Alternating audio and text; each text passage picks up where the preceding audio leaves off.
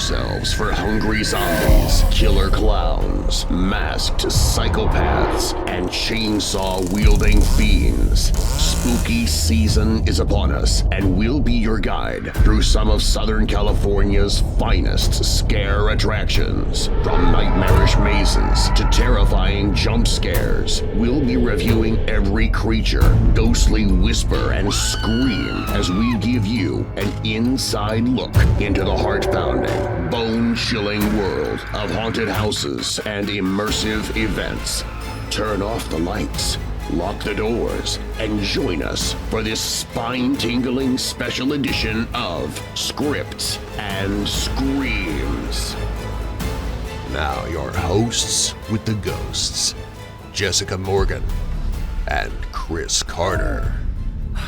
It's our favorite time of year. Yeah, right? 'Tis the season. And we wait be screaming all year for this, and it's finally nearing time. It's nearing time. We will be very conscious of the people who are still upset that it's summer and we want to celebrate Halloween. Yeah, as of recording today in Los Angeles, it is 102. It'll be 106 tomorrow, but it is September. Hey. Which means it's basically October. We're basically there. Yeah, we're basically there. So we're ready. Yeah, we are. But if you're not ready, prepare to get ready. That is what this episode is. It is. So we understand we're pretty fortunate living in the entertainment capital of the world, and being part of that, we get a lot of really cool opportunities to see some haunted houses that a lot of our friends won't be able to see, a lot of people around the world. So we kind of want to talk about that. We want to talk about what we're excited about, what we've kind of been through, and kind of creates that excitement, right? Some things maybe we're nervous for. Yeah. And I mean, if you are looking for more events to do in the LA area at all, if you want to come visit, or, you do want to you are here, but you maybe haven't heard of some of these, or you're not sure which ones you'd like to do, everything's really expensive. So I definitely get that sometimes you have to be picky. So this maybe will be helpful, hopefully. Yeah, that's actually a good point too, because if you are coming in town to visit, obviously most people know about Universal's HHN, Halloween Horror Nights, but not a lot of people have been to Not Scary Farms, offering, and we'll get into it. There's a couple immersive haunts that maybe, haunted houses aren't your cup of tea, but there are these immersive events that take place in LA during spooky season are fucking incredible. And we will talk about some of those. I say we just get into it. Let's just get into it. These are all ones that I think we have visited or done or things like that in the past. Yeah. And then we'll see which ones maybe we're really hyped for this year, which ones we're really excited about just from the info we've gathered. Let's do it. Yeah, and so we're on that very enthusiastic note. We've kind of separated them, right? So there are a couple different, I guess, categories we would like to put some of these events and haunts in, because they don't take place in a theme park. They don't all take place in certain specificities around the city. So we're going to start off with a theme park scary haunts. And of course, that includes Disneyland, Universal, Not Scary Farm, and even Six Flags, who's been around for a minute. But let's take it from the top, what we're most excited about, this is more information, maybe? Yeah, let's start with that. Let's start, for instance, one of the ones that is probably the most popular for everybody is Disneyland, right? Disneyland does their Halloween kind of stuff. They go into fall and they put out all their pumpkins, and now the more recent thing they've done the last few years is the Oogie Boogie Bash. Yeah. So we actually haven't attended Oogie Boogie Bash. We get mixed reviews on it when we read about it. Yeah. But we've both been to Disneyland during the Halloween season. And they always do some really fun things. They put out all the characters. There's a lot more of the villains that are all walking around and stuff. Yeah. They change up the Haunted Mansion and you turn it into Nightmare Before Christmas. People love that. I love it. It's fantastic. Don't get me wrong. I love Haunted Mansion in general, too. It doesn't necessarily need to be changed, but it is super fun to go in, and then they have it now all blacklit and doing these different things. And it's really freaking cool. I think when I had read about it, people had said that actually was the longest wait time in all the park during when they do their Halloween transition. Yeah, it's a long wait. You gotta wait for it, but it's worth it. It's worth it, right? And because the sun drops a little sooner. Normally when you go to Disneyland, you're waiting for 45 minutes to an hour in the sun, but now it's at night. Yeah. So makes it a little more manageable, tolerable. Yeah. You know? So this one's definitely like a family friendly. You know what I mean? I do. For people that don't know, I am infatuated with the Headless Horseman. And so because they have the parades and whatnot, I guess the Headless Horseman kind of prances out during their parade, which I think would be really cool to see. Because they put out their big statue. I think it's in California Land or whatever. But I think it's in Disneyland. oh, is it? I Okay. think so. Yeah, they put out that big statue that's really cool. And then now they literally have like the character. Yes, That's yeah. crazy. I think that's so cool. And now, during I think it's in Disney or California Adventure, during Oogie Boogie Bash, which I believe takes place in California Adventure, they have a theater where you can actually go into and you can watch the Sleepy Hollow, the cartoon from I believe it's 1950 something or other. I think that's super cool. So I mean, I try and watch it at least once a month going into spooky season, probably more now. But that's cool. And also to be noted that Disneyland is the first theme park that starts to make their transition to spooky season. I think it's on September 1st when they Disneyland's notorious for on August 31st, everything gets put away. September 1st, all the Halloween stuff's out. It like happens overnight, right? Like those crews work throughout the night. So it's like magic. Pretty crazy. Yeah. It's not like some of the other theme parks where you will see them building things or they'll put it behind walls. Pardon or our like, Stardust, like Universal does. Different things like that where it feels extremely magical, which is of course the Disney thing. The brand. It's on brand with them. So yeah, I think that I don't think it can be very expensive, I would say. There we go. That's what I was gonna get to. Yeah, I was gonna say. I feel like the reason we don't generally go every year is because it is expensive. We are also kind of fiends of being like scared more than anything. We do like to go to more at least scary, spooky, or uncomfortable events. Right. And with this being a little more family friendly, I would say that we don't necessarily always make the time for it or the budget for it. Yeah, it's not super high on our list. And to be fair, the Oogie Boogie Bash, I believe the ticket alone is something north of $110, and it doesn't give you more time in the park. It doesn't. At least I don't think it does. There are no specific rides for it. The Oogie Am I wrong? Boogie one, they like kick everybody else out early. Oh, and do then they? you're there, with the people who have bought it for the rest of the evening, kind of a thing. And it's like picture opportunities and stuff like that, right? Yeah. So it's not really. Yeah, 6 to 11 or something. Yeah, there it is. Mm-hmm. So I mean, if again a family friendly event is kind of on your radar, then freaking go. You know what I mean? So Apparently we aren't family friendly. yeah, I was just gonna say we're talking about family friendly But yeah, stuff. tickets start at $134. God each damn, do they guest. really? And that's ages 3+. Say so if your kid's 3 years old, you better get a job like this one. But And you can, exactly. yeah, and then so maybe it's definitely not a priority for us, right? But it's maybe a priority for our dog, who you can hear in the background.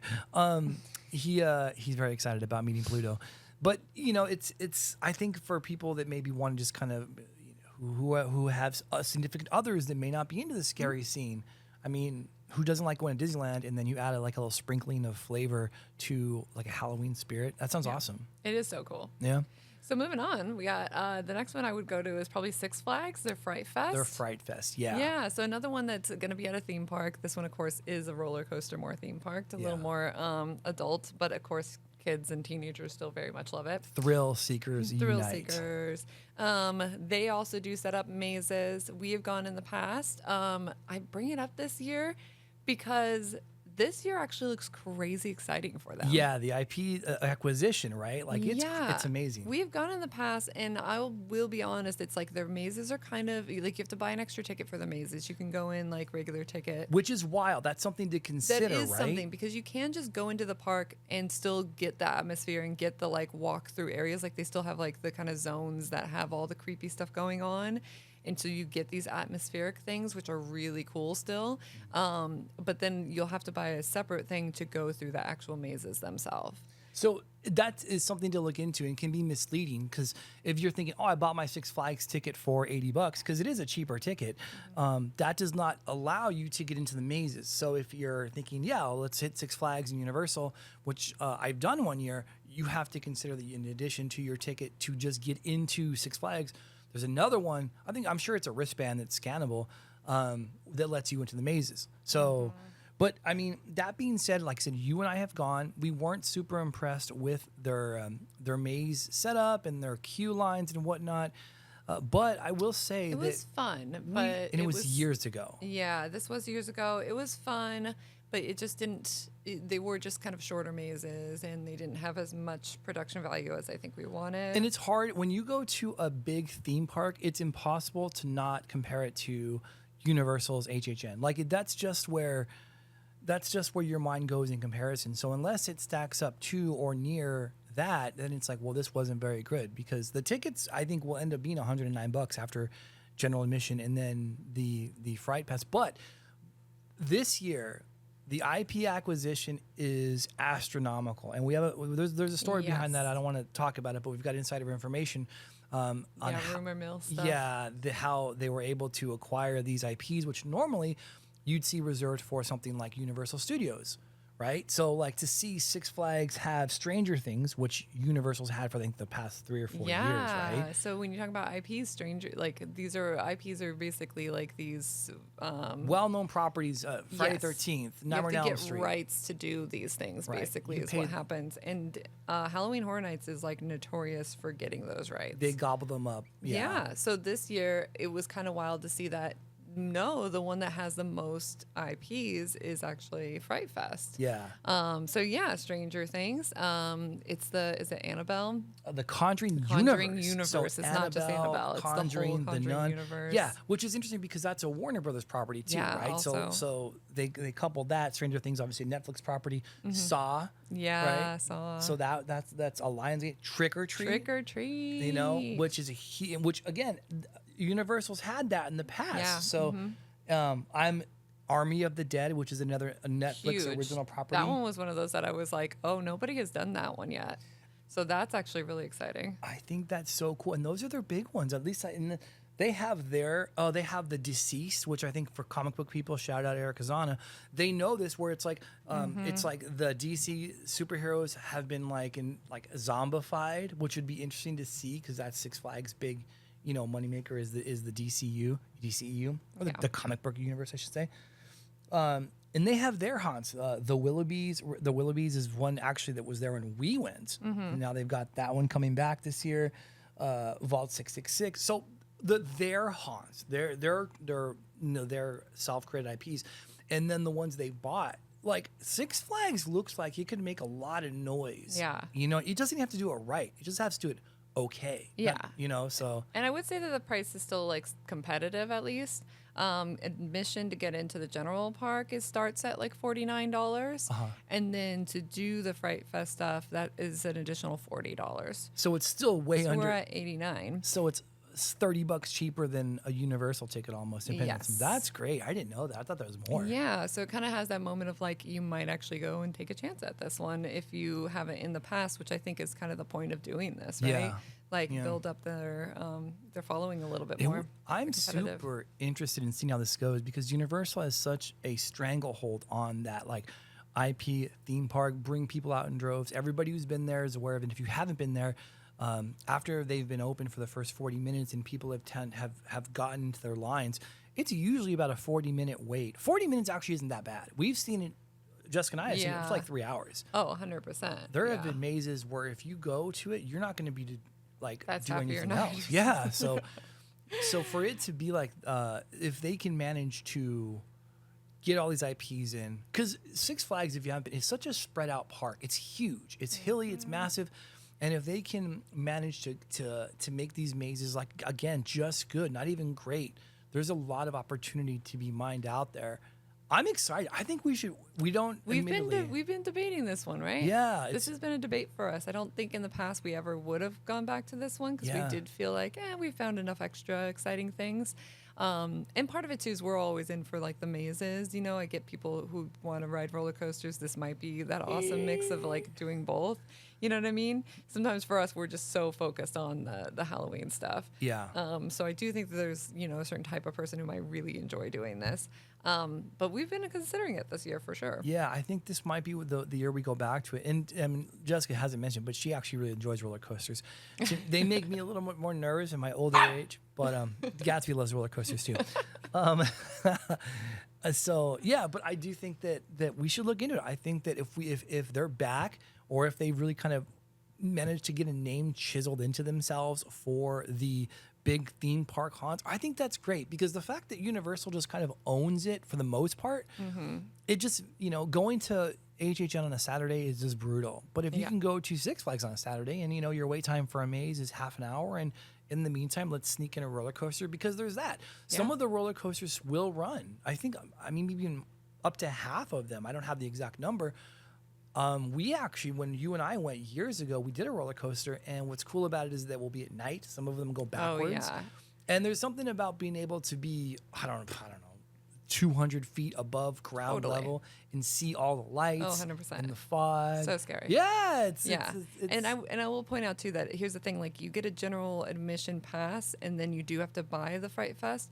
But the thing is, you have a general admission pass. You can go during the day and just enjoy roller coasters on a normal level, and then have the place change into nighttime into the Fright Fest.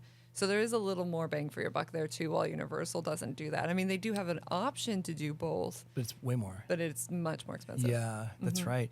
Yeah, so I think, again, that's a great point. The thrill seekers, and maybe if you're even teetering more on a thrill seeker, like let me dip my toe into being scared but not super scared, maybe Six Flags is kind of that gateway drug for you. Right. So yeah, might be. Maybe we go this year. Maybe we go. The other one I would say, though, I really like to bring up, because I'm pretty excited about it as usual, is Knott's Berry Farm does their Knott's Scary Farm.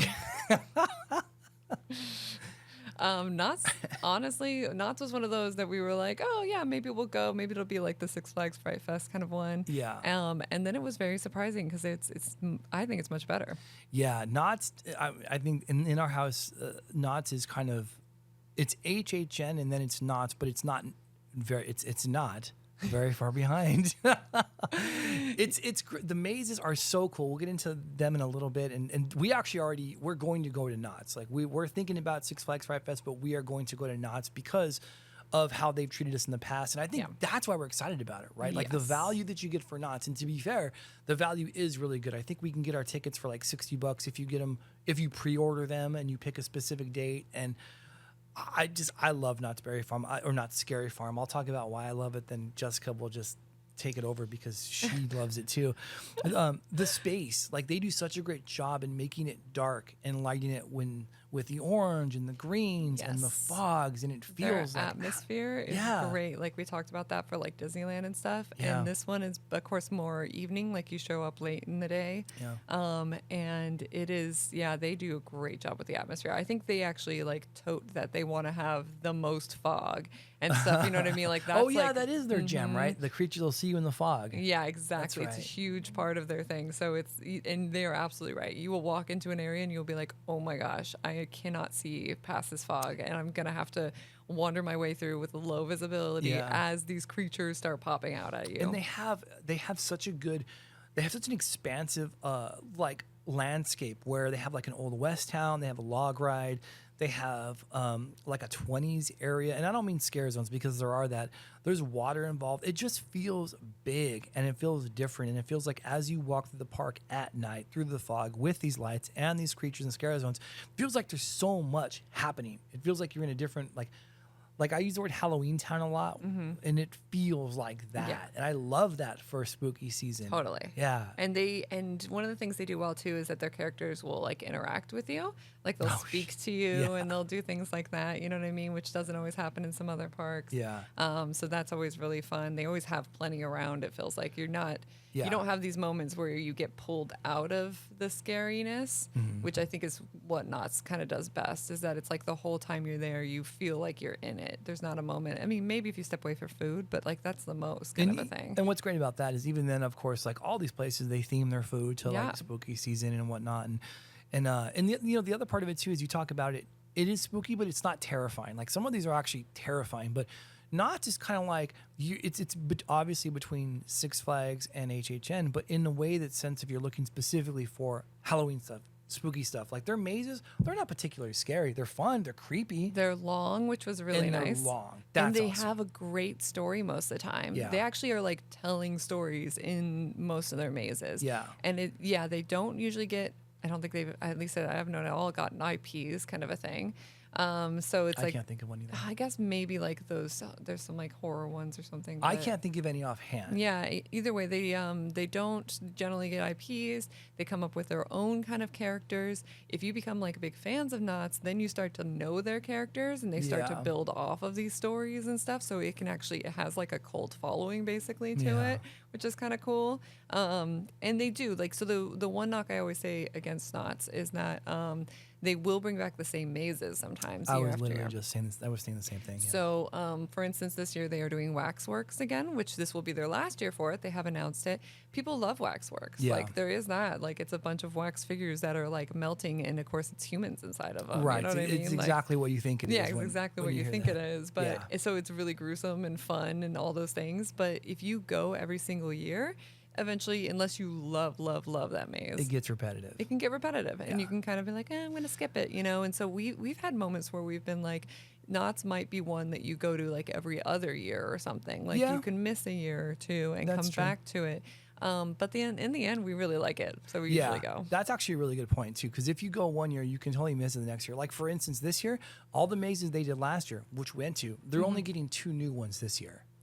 Yeah, you're right. They just did 2 brand new ones. Yeah, they're announcing, by the way, on YouTube. If you haven't seen it, it's really cool. They get into it. They show some of the mazes you can go to. They show some of the concept art creating the mazes, the Knott's Yeah. announcements. So I'm sure it's on YouTube. That's super fun. They'll rotate their mazes in too. So they'll have ones that were done years and years ago, and then they'll bring it back, kind of a thing.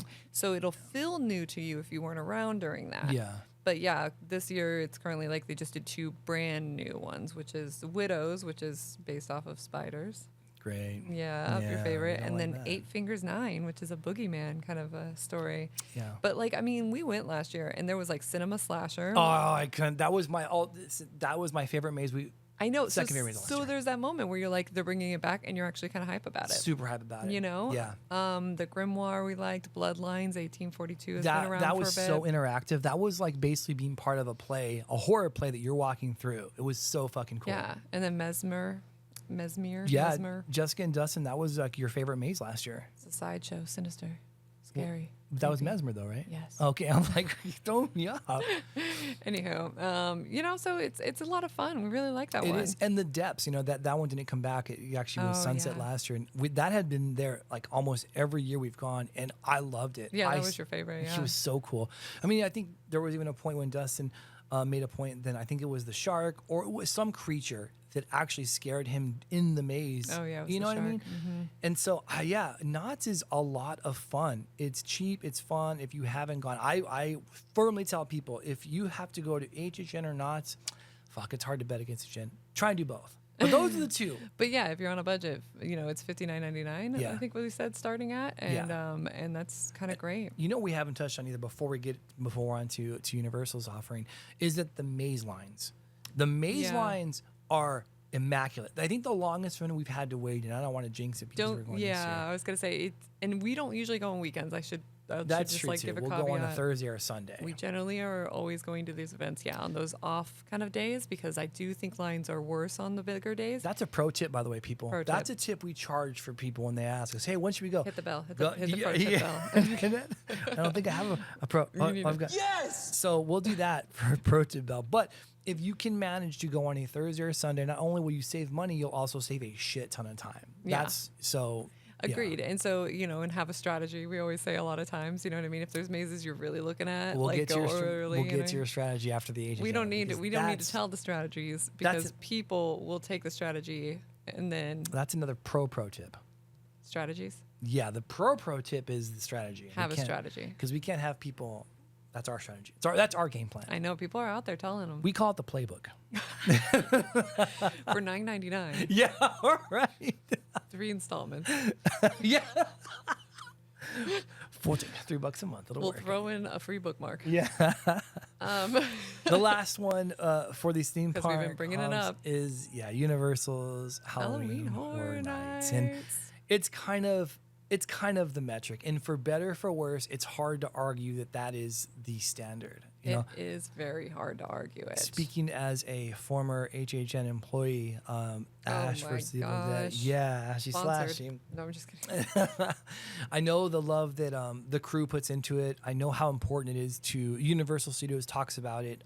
If when Halloween ends or when they wrap up their run, I think it's on November 2nd. No, and like it's like December 1st is when they start planning the new one, if not sooner.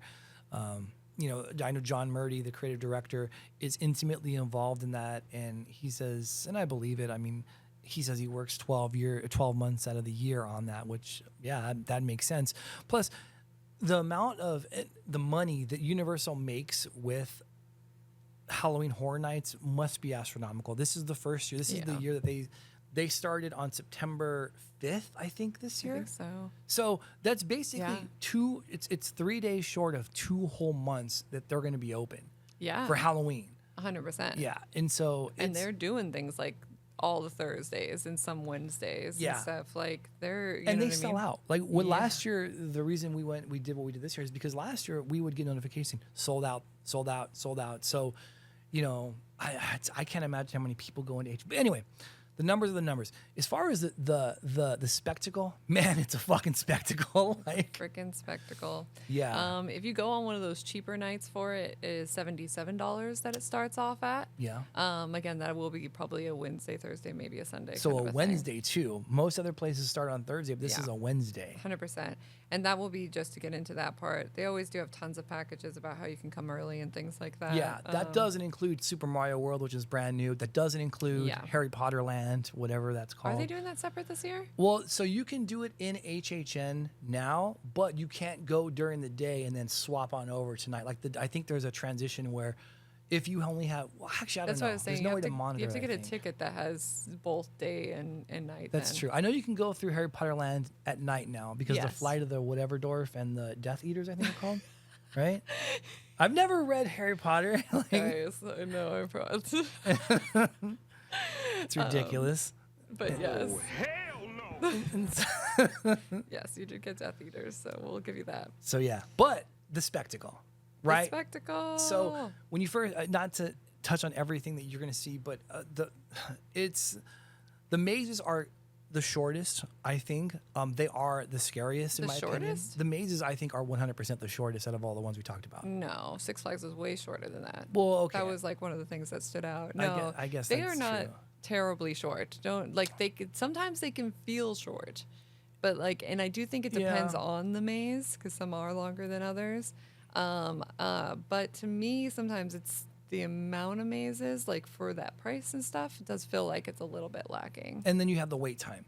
And the wait time is awful. Yeah, so the wait time is going to be something to right away to like just work into your time budget because whenever you go, it doesn't matter. I mean, obviously, if you go on Wednesday and Thursday or Sunday, which when we usually do, it's a little bit shorter. But if you go on Friday and Saturday, you can probably expect to wait around an hour a maze, maybe 45 minutes. You know, so at least when you get as the day goes on, if you those the first night goes on. As the night goes on, you're right. Night goes on. Those first few ones you can get through pretty quickly, but then after that, it's going to start piling up. And there's absolutely like the last times we'll be in line. Sometimes can be that hour, hour plus. Well, your feet are hurting and whatnot, and you're just like, I hope this is worth it. Yeah, I hope this maze is worth it. And it does feel the least like lax of all of them. Like you feel like when you're in Universal HHN, you have to be moving. Like you go from one maze. Get out, you go to the next maze. If you want to hit them all, it is a mission. It feels like a mission. It feels like you almost can't do any of the rides. You can't do anything else because you just have to, if you're trying to hit all the mazes. Yeah. So again, having a plan is very important. This event is definitely the scariest of all of the park ones for sure. Yeah. Like by far, I think. I don't think it's really hard. I mean, Knott's, like we said, will get you and will scare you. This one, I do feel like your heart will be like racing at times. At one point or another, you're going to jump or you're going to scream. There are people that I've known that would never have done that, and I've seen them just either drop. And I don't know, and there's something called the trigger, and so Universal has this thing where some of this jump outs make a really loud noise and bright lights, and it really is an assault on your senses. Yeah.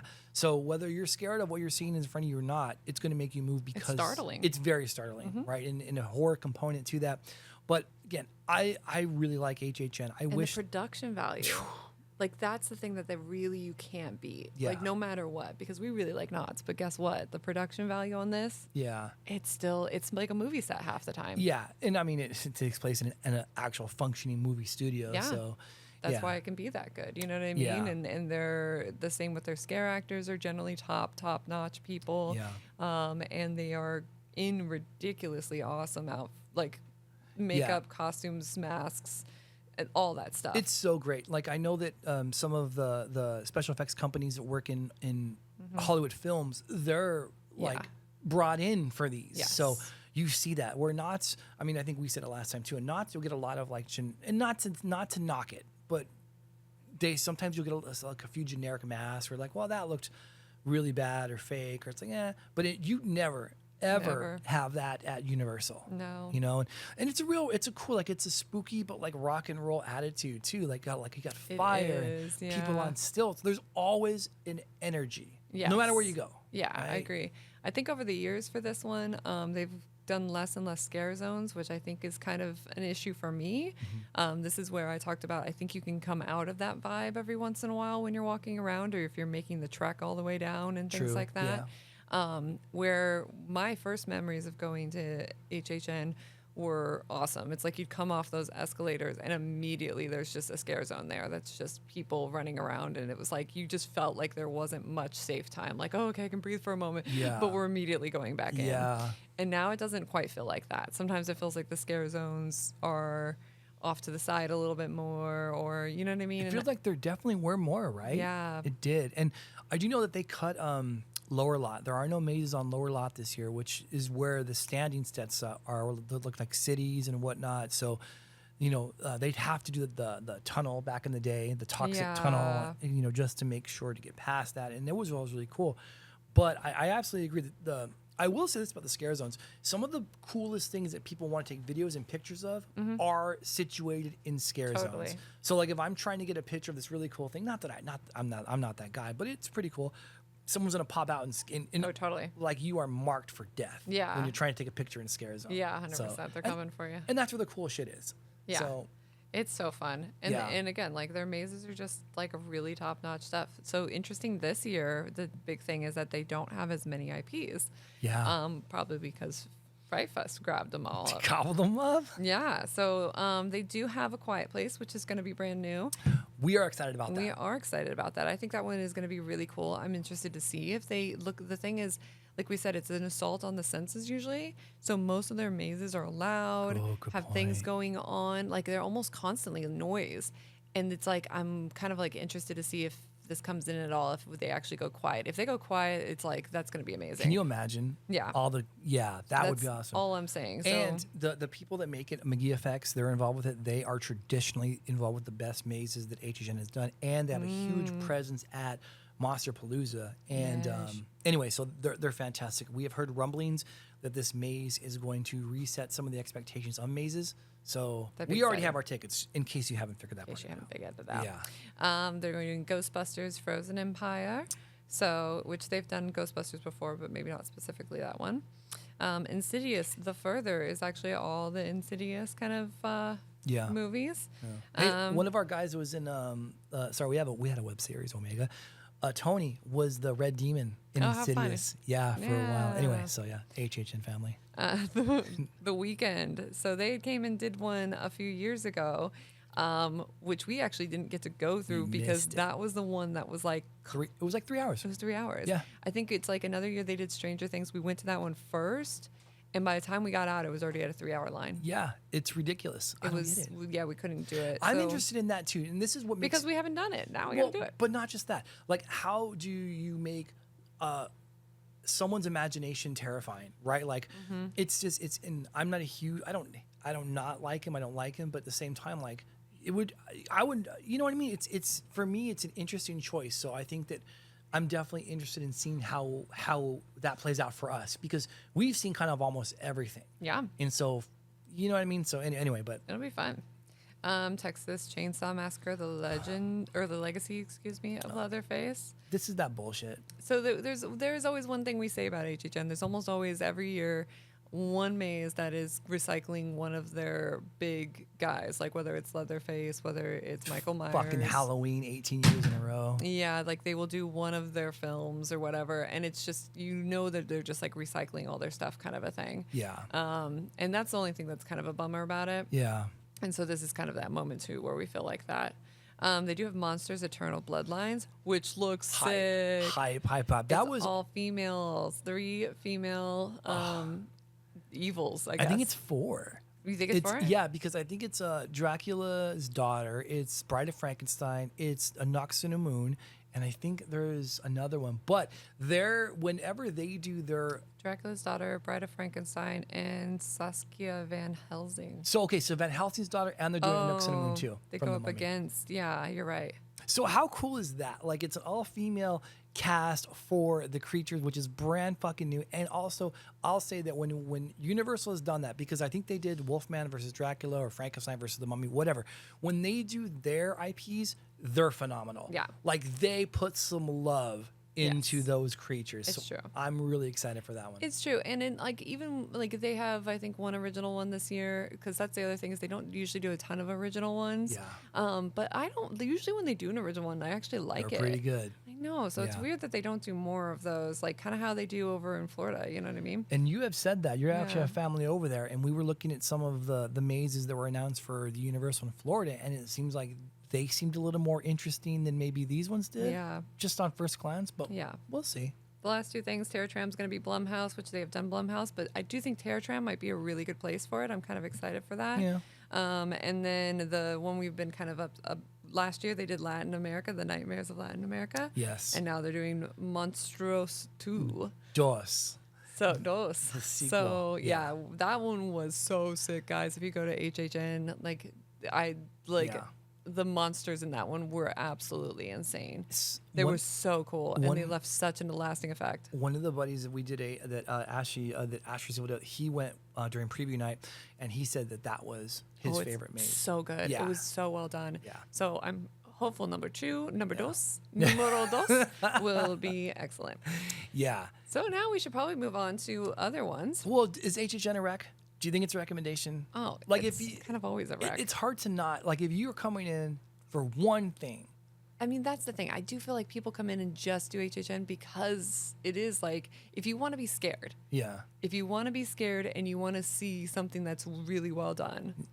Right. Why would you not go to HHN? And you can afford it. Yeah, there's that too. You know, that's kind of the thing. I'm like, you know, we used to, when we didn't live in LA, we used to come down for HHN. Yeah. And we would always buy Frontline or Express Pass or whatever. It's Frontline, I think. Yeah. We would always get a Frontline Pass, which is more expensive. It's easily over 100. I think it's close to 200 this year. It's like 200% more expensive than when we bought it. Yeah. But because we were just we needed to hit every maze. We knew there wasn't a lot of events we were coming out for because you only come for a weekend. Yeah. And that was the thing. You'd go on a weekend, Saturday and stuff like that. Yeah. That's so hard. Friday and Saturday are rough at HHN. It's a brutal next day too. Yeah. But yeah. So anyways, it is a recommendation. Again, I do think it's good to know where the faults are, so you do have a plan. You know, maybe be okay with missing some mazes, or you know, if you had to go to between Knott's, HHN, Fright Fest, and Disneyland, if you're coming in for a weekend, you had to hit one. Well, what would be your recommendation for one? And then if you had a backup, what's your backup? Oh my gosh. It's this year. There's not a ton at HHN, so I'm almost going towards Knott's. Yeah. But it's between those two. So one of them's a backup. One of them's the primary. Yeah. I agree. One way or another, figure out, make it work, and because you're right, because there's not a shit ton of stuff. Because HHN's not going to blow people's minds that aren't like, oh, I'm here to see Jason or Leatherface or whatever. So anyway, okay. So I agree with those two. Great. All right. Something that's similar, not quite. What are these? These theme are park. Not a theme park. Not the scale for sure, but definitely pretty fucking cool. Yeah, this next category is going to be about like other haunted attractions, like whether they are haunted houses or other haunted kind of locations that have set up mazes and things like that. Yeah. The first one we'll touch on is just a haunted house. The one single maze in it, but the longest maze, and it's all different portions. Yeah. We were talking about Reign of Terror. Reign of Terror is so cool. I thought that when we first went, it's hard to be excited about a walkthrough because it's a walkthrough haunted house. I mean, it's a very classic. We're gonna go through this with with props that just stand and cool lighting and animatronic stuff. Animatronics, and there will be some scare actors, of course. Yeah. So, but it's what Rot is so efficient in what it is. It's like it's a great just experience to go through. And honestly, some of the biggest scares that I've ever seen have been with your family, with your sisters. And so, there were some really cool effects where like at some point you feel like the roof is caving in and legitimately everybody ducked, and so like that's the whole thing is I'm like, I feel like what they do well, one, it's 32,000 square feet. Oh shit. Is that what it is? Yes. So the whole place, it's huge. Yeah. So again, if you're ever like, oh, I hate the short mazes, well, we got a long one for you. It won't take up your whole night, of course, but it feels so worth it. It's so long. Yeah. It's hard. It's good because you don't come out of it. That's the thing. You don't ever have a moment of like, oh, cool, I'm going to catch my breath. Like, you will try to catch your breath, but you're moving on to the next section. Yeah. And the next section, you know what I mean? Like, there's no like, okay, I made it through this one. I'll go stand in another line, go do this. Good point. It's you a good were point. all the way through. And so I feel like that can be rough on your senses. It's one of those things where like if you go with the group of 4, you're rotating who goes in first. You could see like, okay, you go first. Okay, you go first. Yeah. You know what I mean? Where in some of the other mazes that we talked about, well, it's usually only one person that goes first. Yeah. But this one, you could swap a bunch of times because it, like you said, it's massive. I think they send in like a group of like 6-ish. It's like 4 to 6 people at a time or something like that. Yeah. They kind of do send you in groups like that. So if there's like 2 of you, you'll go together, but you'll probably be paired with other people. That's true. It's not exclusive to your group. That's fair to say. It's a good notation. So hopefully you get in with a group of other, because we've gone with other people, and generally people are pretty cool. Yeah. So we've had moments even with them where we'll do the rotating, where we'll be like, okay, who wants to go first? You know what I mean? Or and that's a good point. It's been really chill. And then we've also had a time where people were kind of being dicks, and they were like disappeared. That was the best thing I've ever seen any haunted house do, by the way. Yeah. So these people were clearly there to like just make fun of things or to poke at things, like they were messing with the haunted house and stuff. So we were really trying to ignore them, and we had gotten in front of them and we were okay with it. At one point though, they just were gone, which means that they got removed from it. And I was like, good. I really feel like more of these haunts need to remove people who are acting like fools. Yeah, we've had that issue. But yeah, so there's 142 separate rooms. It's got like 11 interconnected attractions is how they kind of say it. So there's sort of like these segments of like, this is sort of a theme or a story or whatever. And they are so well done. And yeah, they will get you. Like, you'll be calm and then you'll get scared. Yeah. And then, there's like he said, like animatronics or different effects of things looking like they're caving in, or they'll rumble underneath you. Like, it's just like the classic everything you want from like a haunted house kind of a thing. Yeah. It's hard to literally to be scared after just being so desensitized by these big haunts like Ancient Chin specifically, to go through a walk through haunted house and it be as effective as this to making you uncomfortable. Even like, they're standing sets. The actors they're not doing anything special. They're just popping out and just making quick motions. But it's so good. It's so good. Great. Yeah. And then, so this will be a pretty affordable ticket too. At $42 is where it starts at. So far, that's the most affordable ticket that we've had. It's a great jumping off point too. Like you said, you're not going to spend all night there, but if you want to do something, then go see a movie, or if you want something, then go to a party, or you want to do something and then go to one of the bigger haunts. This is a great jumping off point for that. It is in Thousand Oaks, so it's a little bit of a drive from the LA County-ish area. That's true. But you know what? It's not that bad. No, it's all freeway. Yeah, I mean, if you know anything about LA, you're just like, it is what it is. Yeah. But I think we are pretty pumped for it. I don't know if we bought tickets yet, but we are definitely debating it. Yeah. Just because it is such a fun little one to do. I know we're definitely trying to get you're absolutely right on that, to have a special lights out edition where on the last night. Yeah, it's 32,000 square feet when you just have a glow stick, one for your entire party, which sounds terrifying. Like, that sounds fucking scary. Yeah, you go through and all the things are on, but except for the lights, kind of a thing. The only thing for me is that I'm like, I just enjoy so much what they set up that it's like, I feel like I would want to go and see it all first and then go through in the dark. Because Oh, it's that like, makes you know what sense. I mean? Like Yeah. I think it'll be it won't spoil anything for you, I don't No, think, not because you really. won't remember it exactly. But Yeah. I feel like in the dark, I would be wanting to be like, wait, What happened here? what was Put the that? light up there. I didn't Yeah. understand. Yeah. You That know? makes sense. But that's my thoughts. Cool. Yeah, and this next one for me is always at the top of my list. It's a haunted hayride. So Oh. yeah, I think haunted hayride for me, it's first of all, it's very cheap. I think it was like $15 for pre-orders. It's not that much. It's not that cheap anymore. But like, Yeah, I think it's going up, isn't it? yeah, hayride.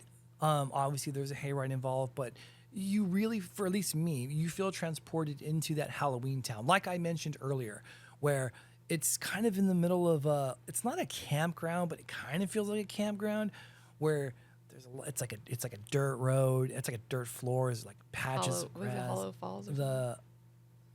I don't know, but it sounds like that. Yeah, the name of they call it their own little town. Yeah, it is, and they have such a great facade too. It is very Midwesterny, if that's how I see it, though I've never been to the Midwest. Very jack-o'-lanterny, very hay bales, very windmill. All this stuff is in there. So when you walk in, you're just hit with all of these orange lights, and it's just like it exudes Halloween and jack-o'-lanterns and there's this giant windmill, and I think they even have a couple of oldie cars, and it's just so cool. So hayride for me, although it's kind of hit and miss too, I'll say that. Obviously, there's a hayride component involved. Your ticket, I think, only includes. So they have different tier tickets where you can get just a hayride ticket, which would be a big miss, and the mazes. We were fortunate to sit it at Midsummer Scream's 13th Door panel this year, 13th floor, 13th door, I forget which one, and they kind of outlined what they wanted to do for the hayride, because coming off of last year, we weren't going to go back. I think the experience that we had, especially me, it feels old, it felt dated. So they only have a handful of mazes. It's 3. It's 3. You have 3 mazes and the hayride. Yeah. And yeah, it's just lacking with that. And the hayride has always been it sounds like such a fun thing. Like I was like, that sounds so cool. You get on a hayride, go get haunted kind of a thing. Yeah. But they acknowledged it themselves when we went to the 13th floor thing, that they were just like, the problem has always been, how do you reach people who are in a hayride basket thing, like far away from you? Like you're reaching out to try to scare these audience members, but there's always kind of a divide of like, you know what I mean? Yeah. So they're like, how do we scare you from that? How do we get close to you? And they're right. It's not as interactive. It's not, And the space involved too. Like you're being pulled by a tractor trailer, and you're in like this flatbed with hay on the bottom. It takes you out of being scared, as opposed to being more mechanical. Yeah. And like just a people mover. Yeah, So- exactly. And it's always been like you kind of arrive in these different areas that have like a haunting sort of a thing going on, and then you kind of drive to the next one. And so it's, to me too, I've always been like, it just feels like you're waiting a lot, you know? But they plan to do more. They keep working on it and keep trying to do more and stuff. So I mean, when your name's LA Haunted Hayride, you kind of your hayride has to be a big component of what you're doing. But yeah.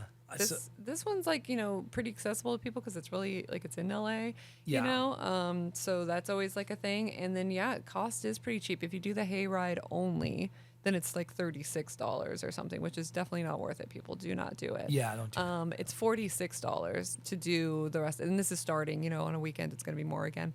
But that's to do the rest of everything. And the 46, like, again, that's cheap. You know what I mean? Yeah, compared to these all other things ones. considered. And so, but they do have some more plans for mazes and stuff. They've made some announcements and everything. And then they had some really cheap tickets off the bat that I don't know if they're available anymore. I don't think so either. Not at this point. They're in phase 2 now. Yeah. So it's one of those where it's, I think we're going because of the fact that we were able to get very extremely cheap tickets. As in free. as in we got free tickets. Yeah, we got free tickets. Midnight Falls, that's what it is. Midnight Falls, yes. Welcome to Midnight Falls. It's so cool, the atmosphere. It is. But I do feel like the first year I went, it was like there was a lot more creepy people around and stuff, and it was cool and spooky and gave you those vibes. Yeah. And like over the years, I have felt like it's gotten farther and farther away. They have this like carousel that sits out there that's all like these bone horses, you know, on the carousel, which I always thought was so cool, these skeletal horses, and you can't ride it. You could never ride it. I was like, why do they even build this thing out here if it just sits there? It never worked. But this year, they're going to let you ride it. Yes. This year. They're trying to make it more interactive. The cool thing about Midnight Falls is that there's a real social component to it. And we had talked about it. So you can, once you get your ticket, you can blow through all the mazes, which is what we do right away. We're not going to stand in lines. We're going to hit the mazes. We're going to get through it. But what you could do is you could just go sit there and have Pink's hot dogs or kettle corn. They have a ton of food out there. Ton of food.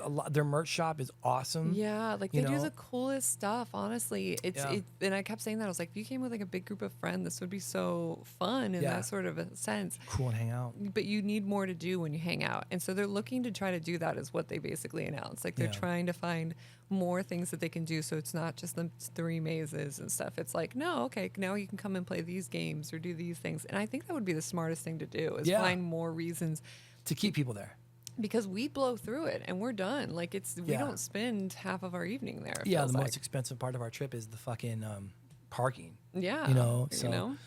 But I do think that their mazes are unique in the sense that they're mostly outside. All of these mazes we've talked about, for the most part, are covered. They try and enclose you to kind of create this sense of, claustrophobia and the lighting. But a large part of the mazes at Hayride are, you walk through them and then it's open. You can see the area that you're in. You can kind of hear some of that stuff, which I think takes you out of it a bit. Their mazes are longer-ish. They're fun. They're nothing special, I don't think. I don't think I've ever been really scared at a Hayride maze. But again, it really is like a social component. You go in, you get some food, you hit a maze. You go back, you get a hot dog, you talk about how that one was great or boring, you call someone, you hit a maze. You know what I mean? Like, it's easy to spend. If I were younger, it would be easy for me, like, hey, Hayride is, let's just hang out. Let's go there, get a ticket, hang out, and we'll come back when they throw us out, type of thing. Yeah. But as someone who really kind of enjoys the spectacle of things, for me, Hayride is really kind of is kind of at the lower end of all the stuff we're going to talk about. It's still fun, but again, I think we are a specific type of breed of people where it's like we're expecting high scares. Like we're in it to be scared, or we're in it to be excited, and this doesn't scare me, and this doesn't really excite me. Yeah. Agreed. So.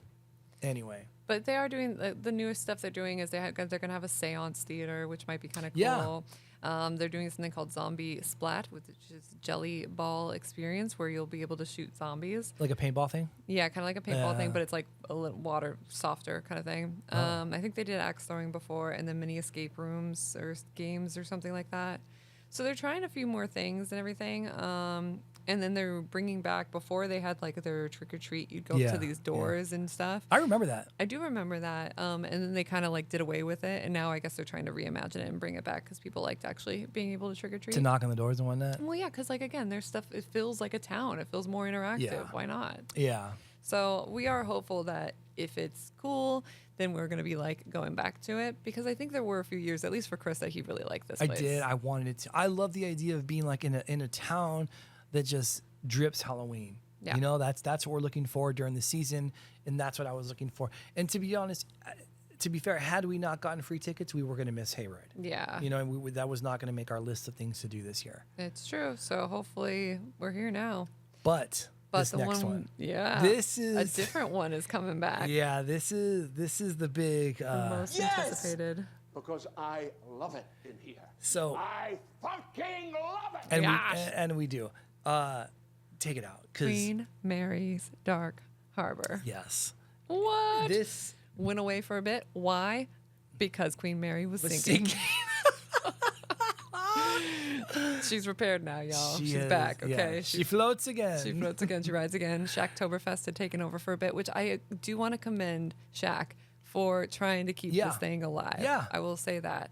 It just wasn't the same, unfortunately. Yes. part of the biggest attraction is going on the dang ship because one, y'all, it's haunted. It's a haunted ship. It's straight up haunted. And when you're in there at night with creepy things, it feels scary. Yeah. It feels creepy and it's so cool. Yeah. It feels a lot like you're walking through something you shouldn't be walking through. Yeah. You know, and of course with some added lights, with some horrifications done.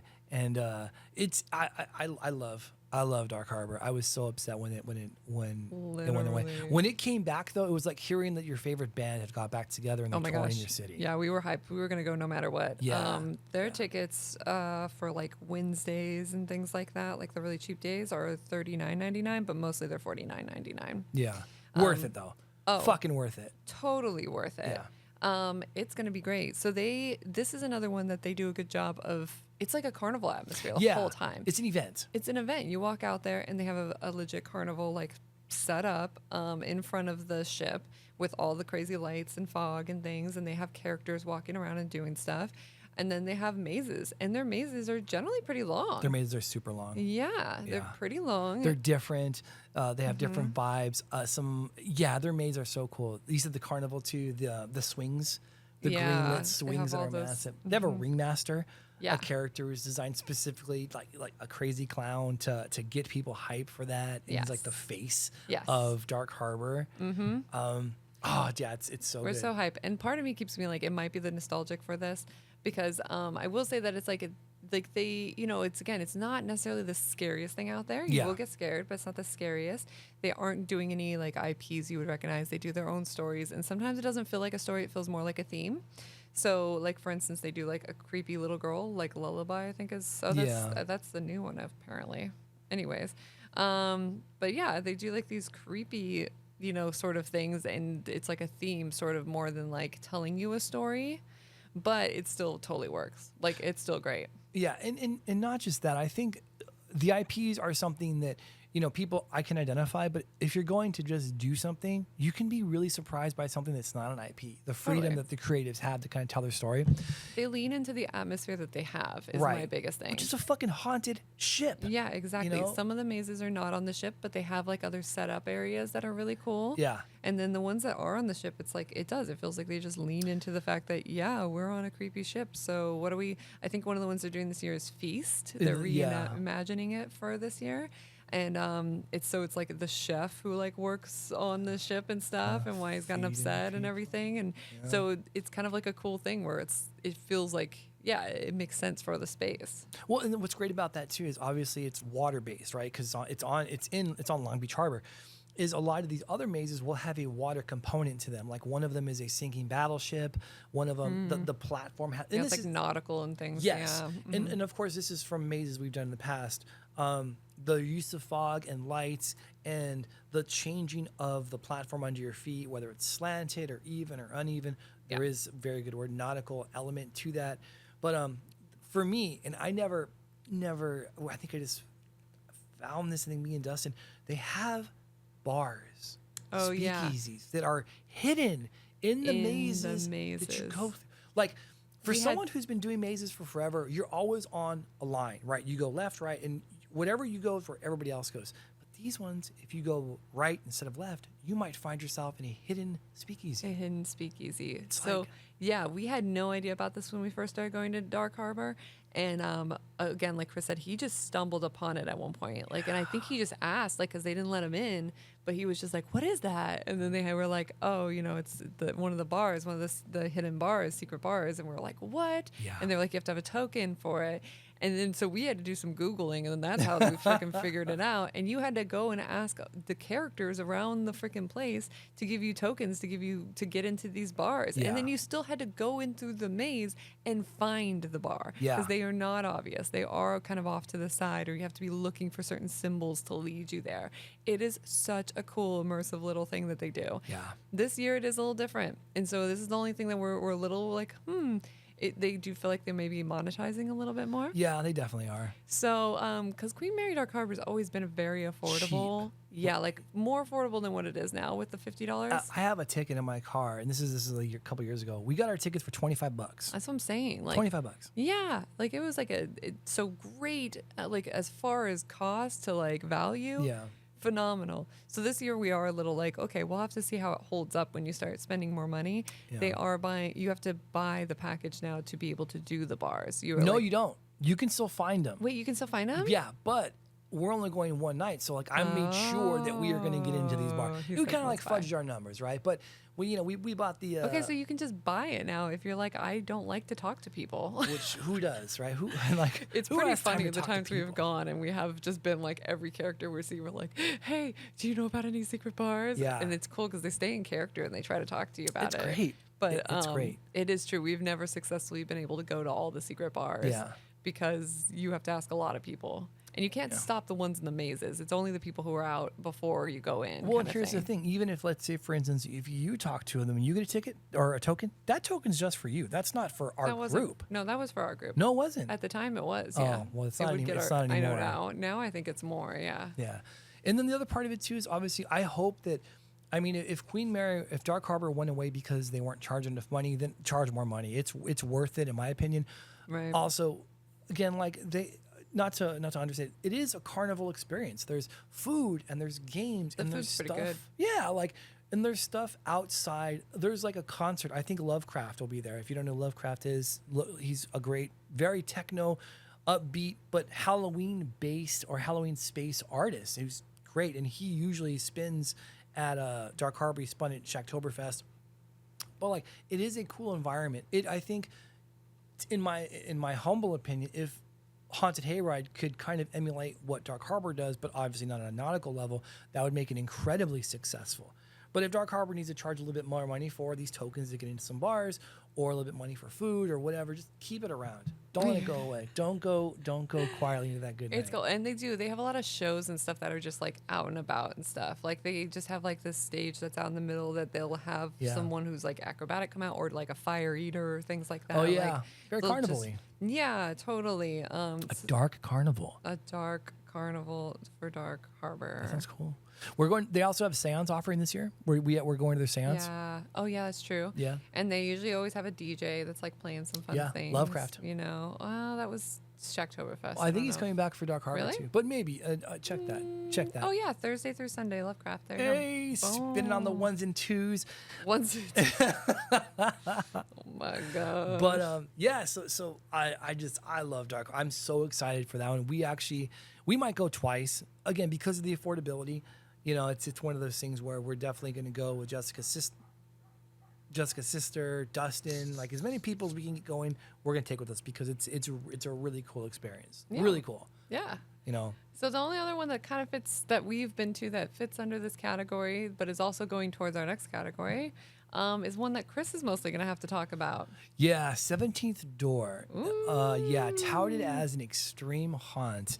And so it's weird. It's different because if you Google these things, McCamey Manor's got given the extreme haunt a really bad name and rap. And so because people are like, I want to be the most scared I've ever been, companies and people have taken it to the next level where they've introduced like bodily fluids and Straight up torture. yeah, basically straight up torture. Like you say a safe word to make them stop and they don't. They just go past it. So, but Yeah. 17th Door kind of takes that down a notch where it is more extreme than everything else we've talked about so far. It is not in the sense that it's terrifying. I should go back a second. What it is, it's 17 separate rooms. You will go through a door, and each door, there are 17 of them, will lead you to a new experience. Supposedly scarier than the last. I didn't know that, really. I think so. At Well, least they maybe definitely that's how they amp spin up. it. Yeah, maybe that's how they spin it.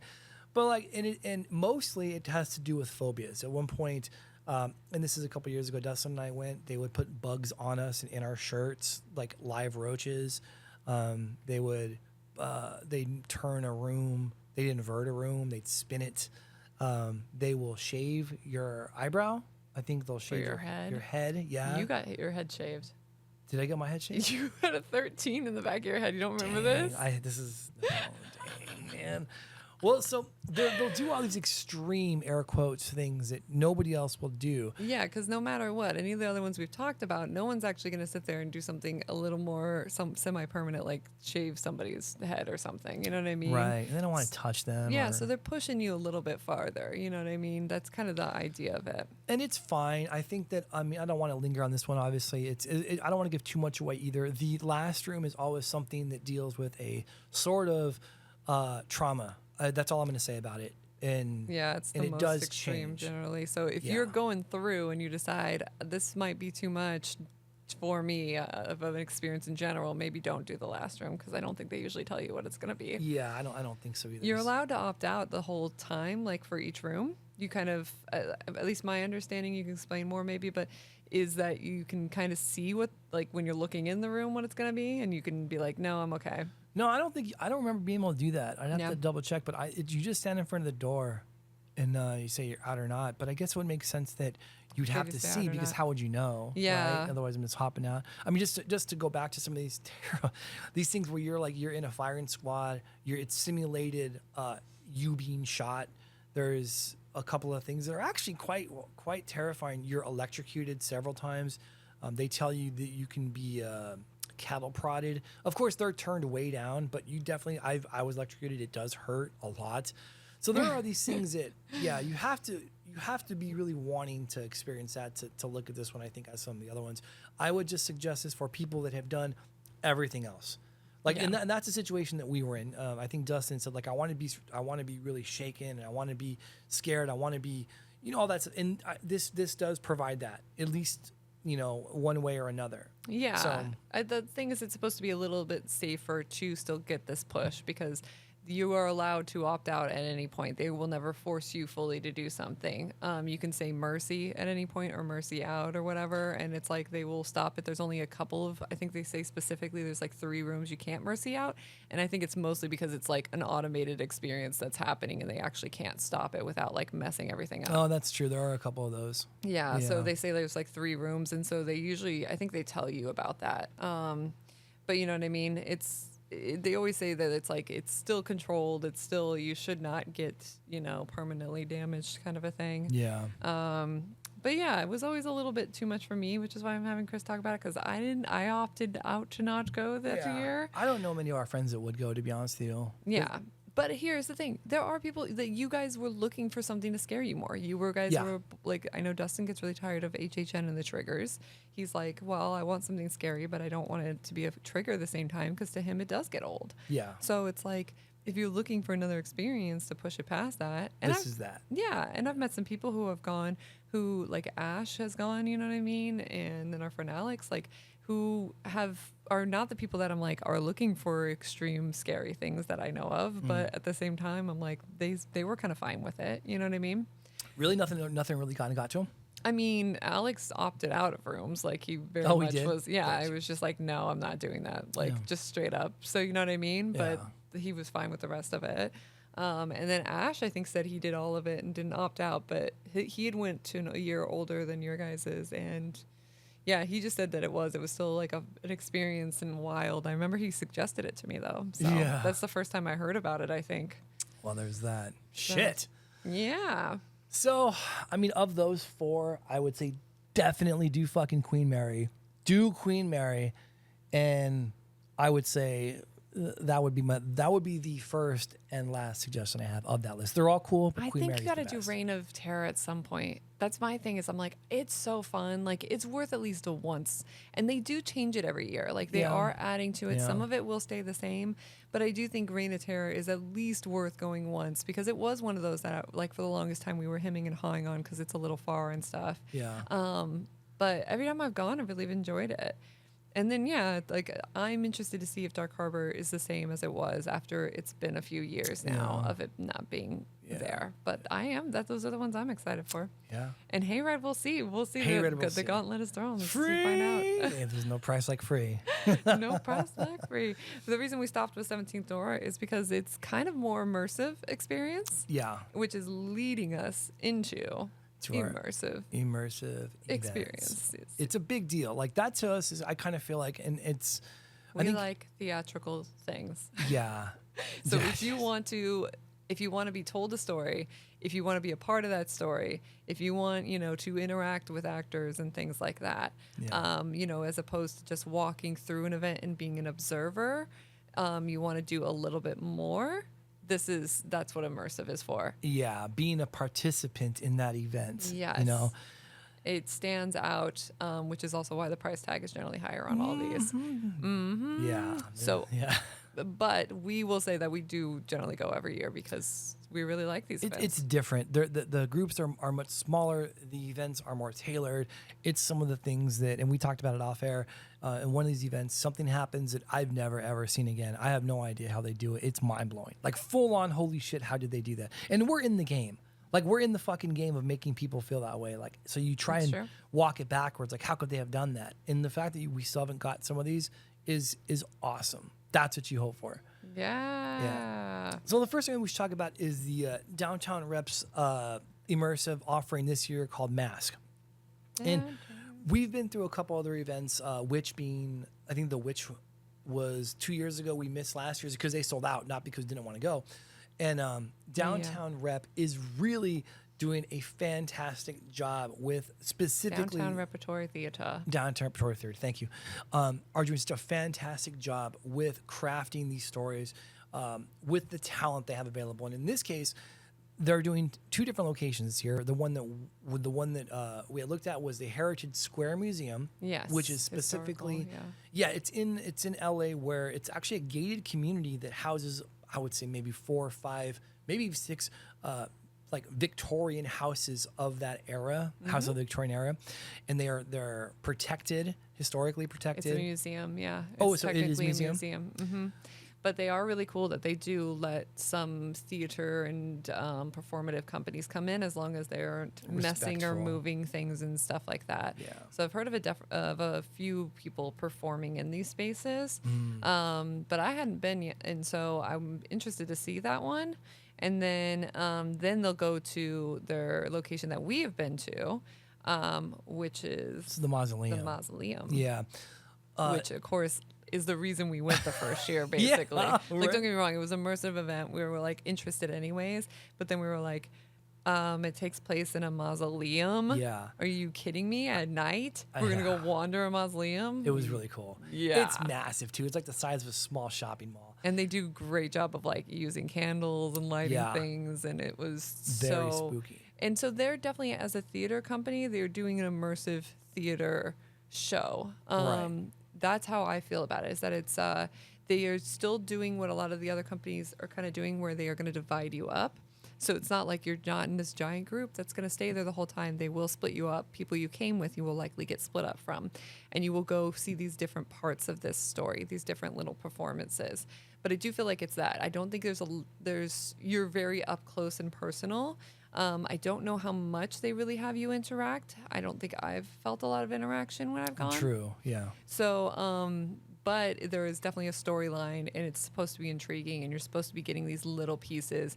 And the coolest part, of course, is at the end of the night, you can go home with your friends and then be like, what did you see? What did I see? Yeah, and so for that, it's wonderful because you do get separated. Like, and I think when we've done these things, and Jessica and me, and usually Dustin will get torn off. So like you mentioned, at the end of the night, we'll have these stories like, oh, I didn't see that. Did you know this about the person? Is this why this happened? And so I'm always really excited for see what Downtown Rep does. Yeah. I'm really excited to see how this one kind of comes together.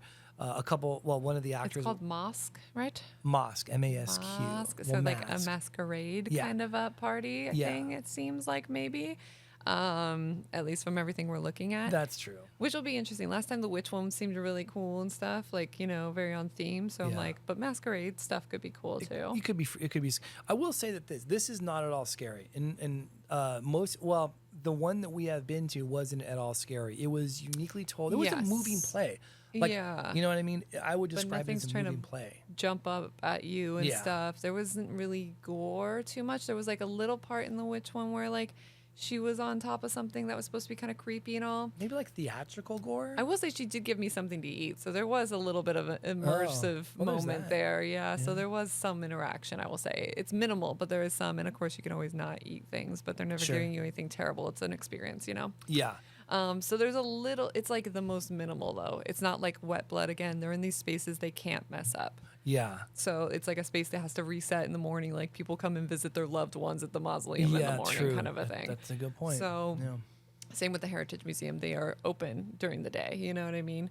So, but yeah, I'm with you. If you want to be maybe a little uncomfortable, but not like scared, Yeah. and you don't really like gory, bloody things, then yeah, this is it. And it's a theater too. Like it's a theater Yes. troupe. You know, I mean, these people are excellent at portraying the characters that you kind of see them as, and you kind of get to be flies on the wall, Yeah, as you're opposed right to audience in close the to 'em. seats. Yeah, 100%. You're so close to them. You know what I Yeah. mean? You're following them around and things like that. Like, and it feels like you get to watch these little intimate moments, like these little scenes unfold in front of you. Sometimes it's like you shouldn't be watching, but sometimes they're directly talking to you. Yeah, Really interesting. yeah, yeah. So this one we're pretty pumped for. I think we're gonna go to it. I think so too. Yeah. Oh, I should have got the cost for that one because it's a little bit much. So we should preface it by that, saying that you had mentioned that these are expensive tickets. These will traditionally be the most expensive tickets, only because it's such a curated experience where Yeah. it's a smaller group. I think the actors are the best actors in all of the other previous ones, because it's a mix between a play and a horrible maze. When I say horrible, I mean that in a complimentary way. Because Yeah. some of the things these actors do, they have to dig deep. And anyway, They're gonna open, I think, October 4th. It looks like for the 10/4. mausoleum. okay. 10/4. And it is $92 and some Okay. change, and I don't know about fees. Well, the good thing about that is that I believe it's like a 2-hour runtime, or like an hour and a half runtime. It is pretty long, yeah. Yeah. It actually says 7:50 to 10:15. Wow. So 9:10, so it's like 2.5 hours, and they usually give you drinks at the beginning. At least they Complimentary did, drinks. yeah, for the witch and stuff. They give you a Yeah. couple, well, I say it's part of your package of what you bought, maybe that's true. because I think they are like, here's your complimentary drink, and it's like one drink. Yeah. And again, they're not trying to get you messed up before you go, but just Right. take the edge off. It's Yeah. something like wine, I think. So Suspension of disbelief. Let's get into it. but yeah, Yeah. they are still, when you first arrive and stuff and are getting comfy, they do that and stuff before they go over the rules and everything. Yeah. And then this event, I think I did see people get split off a good amount for the other one. So I do think some people get individual experiences. I haven't gotten any of those. And I think it's the only reason I sort of hesitate on this one, where I'm like, almost all the other immersive experiences I've done, it's felt a little richer, or like I've gotten something else special out of it. Because you've had that individual experience. Either individual, or it's like been some upped level of like, whoa, this was really cool. Did you see that? Were you watching? Kind of a Gotcha. thing. While, which again could be effects or other things. While this one being a theatrical, more play kind of a thing. I haven't gotten pulled. So if I get pulled for a one-on-one, then I may have a different experience of it. So I will say that, because I always think those are the moments that you feel really special. That's true. I'd imagine that being true. Yeah. Our next one is Delusion. Delusion. Hype. The hype is real. And Delusion for us, when we've done it, it's always been at, I think it's St. Philip's Manor. I don't know where. The past 3 years it's been the same spot. Pomona. And the location has always been fantastic. It's like in this So cool. Yeah, it again feels like another one of those historical buildings. It actually might be. But the first year we went, it was like an Easter egg. We found something that Yeah. I don't even know if we were supposed to find, and we did. And so you go into like this basement that's like a basement, like more of a bomb shelter than a Yeah. basement, Yeah. I think. And Yeah, they wanted you to explore more. Yeah. Like the first year we went was very like, hey, you have this wait time again. They want you to always show up early for these events to make sure they can start on time, kind of a thing. And so you're there early, and if you explored, you were like paid off. Like you found cool things. yeah, we did. Yeah. So, and the location is so cool. It's such a cool this location. old building. It's all so creepy and You're right. dilapidated in places. And They've got the banners out that have kind of red. It feels Oh, yeah, it when feels you- dark and evil. just like driving down the street past it, you would be like, "Oh my God, what is that?" Yeah, is that looks it? so cool. Yeah. And so for us, like Delusion has always, once that first year, I think every year after that we're like, we got to go to Delusion. We just have Yeah, to we have to have. find a way to get there. 100%. And so it is a story. a full storyline. Yeah. You can get separated, not often though, I will say. I was gonna say you usually, especially with the people you came with, I don't think there's a lot of that, but sometimes they do pull like one or two people to be a little more involved. Usually everyone else is still close by. I think I have seen there was one time they sent like a dude up a ladder alone. That was the first year we went. Yeah, so like there is that, but you catch up to him almost immediately. Like you guys are just taking the stairs sort of a thing. So he probably had one little experience alone. Yeah. You know, but it's generally, if you're a little like, don't split me up from my group, this would be one that you're probably not going to get split up from your group. It kind of feels like, yeah, it feels like that was like a one-off, because since the first year, I don't think anybody's really been separated. Yeah, and again, I was pulled to do things like you and me, for instance. We had to go Yeah. down this staircase to go grab this thing, like a key from like a dead person who was on the ground, like a skeletal, you know what I mean? And it was Yeah. creepy. You're like, we're approaching the skeleton. This is during the story too. This is during the story. Like the actor is basically like, someone's got to go down there, and then you're just like, you two, you go, kind of a thing. So you can get picked to do something. I had to lay in a bed with like another character because she wanted to like tell a story or read a story or something. Yeah, that's right. So it's like you'll be, which I think I love about this. They like make you a part of the story. Like you are actively being called on to do things. Someone had to go sneak around and, oh yeah, someone got grabbed to play the piano with the creepy person. And then, because that was the thing, is then, the scary person came and stole somebody. They Yeah. do such cool things. Like Yeah. they have a great story that's all the way through, that is super creepy and haunting, and they are getting you involved the whole time. Yeah. Like they'll ask you questions and things. Like, don't get me wrong, it's a general. They don't want you talking the whole time doing the show. And please don't talk the whole time during the show. There's so much story to get through, and everyone wants to hear it. Please do not interrupt the actors. Yeah. We have way too many people who try to do that, and it's so freaking annoying. Yeah. But they will, at some point be like, do you guys have this? Did you see this? And it's a yes or a no kind of a thing. Yeah. Like, that's exactly the kind of interaction, at least, is talking. But everything else, they'll usually make you do something. Yeah, it sucks because Delusion gives you so much freedom, and the actors are asking you to interact with them. Yes. We've had experiences that have been actually ruined by other people 100%. who have just not been in it, or they're showing up drunk, or they're terrible. Yeah, so there's that, and we've actually communicated that to Delusion, and John Braver himself, who's the creative director of, I think, 13th Floor at this point. But and they're very nice about it. Like, Yeah. they want to try to help you out and have a good experience. You know what I mean? Like, Yeah. but I would say my one criticism is those are the moments that I do think, again, just remove somebody. And I don't know if it's because of their ticket pricing and stuff, they don't want to do it because Right. it's an expensive ticket. But that's my other argument, is I'm like, it's an expensive ticket, and I'm gonna have this whole experience, and these people who continue to talk and interrupt and are laughing and are drunk, Yeah. you know what I mean, are ruining it for me. Yeah, I felt the same way. That was, I think, the second year we went, and it was actually ruined for us quite a bit. Yeah. But other than that, Delusion's production value, I think of all the things that we do outside of HHN, because that's like a whole nother category. Their production value is, in my opinion, by far and away the best. It's the effects for me. They've had They do special effects. They've done things in their mazes that we haven't seen anybody else do, and there are two in particular that I can remember that I've never seen, and I still to this day don't know how they did it, and it's awesome. Tell me. One of them, the first year that we went, was not to belabor it, where this group was outside and we're hanging around this graveyard, and then out of the ground, this The actress gravestone. pops up.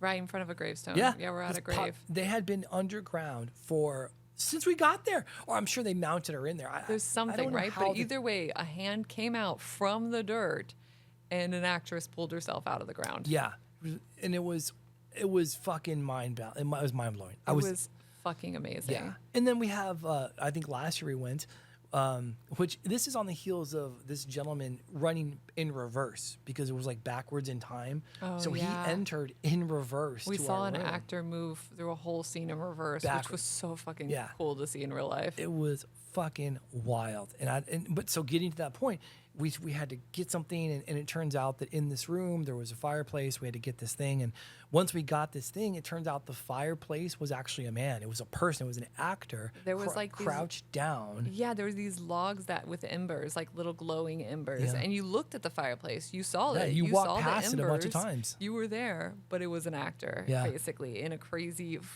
glowing fire suit Yeah. that emerged as a monster to come after us. It's very Guillermo del Toro, like in the sense of like the storytelling. That's a good explanation. And like the creatures and where they come from, and they're just kind of in front of you, but something normal becomes something horrible and you just missed it. It's very very Guillermo in the sense of the spectacle. But It's so cool. Delusion is It blows us away every Yeah. time. They do something so cool. And again, it's their special effects. They always have some sort of projection type thing going, like, or something. They pulled an actor like straight up. Like, people were jumping off of buildings in the distance, and then somebody got pulled away in the midair. You know what I mean? oh yeah, while we were there. it was a plant. Yeah, we had a plant in our last group. year, which was Yeah. so well done, by the way. The Yeah. best plant ever, because I feel like I usually pick out plants pretty quickly. I'm always like, because even when we did, Warner Brothers had done a Halloween event a few years back, and it was awesome. They had a plant for a point. And I remember right away I was like, I don't think that guy's been here. I don't think I saw him in line, kind of a thing. But their plant was really good. Yeah. He was very convincing. And they stuck him to like one of those stunt rigs and just yanked him. And just yanked him. So it was so shocking because you just thought it was one of the people with us. Their tickets start at $109.99, $110, and I think that's for their very late times. Yeah. On like they're doing it on Tuesdays. Are they really? They're doing it in a new shit. location, guys, and this is part of it. This is a brand new location. It's a freaking castle. A fucking castle. It's called Red Castle, or at least that's what the title of this year And is. part of what they do is they utilize their space so well. Granted, we've only been to the mansion, but what they do to the mansion, Yes. it's awesome. So now that we have an actual castle, like in the heart of Los Angeles, Yes. like, man, what type of madness are we going to see this What year? type of madness? I am so pumped We've for already it. got our tickets. So We're ready. yeah, it's very expensive, but we were like, it's worth it. Like, we have had memories from it, like basically Yeah. every single year of something that was so well done. They're gonna freak you out with some crazy monster. Like, I can't say it enough. Yeah, it's great. I can't. Yeah, I'm super excited for Delusion. Yeah, And the story is always good. of course.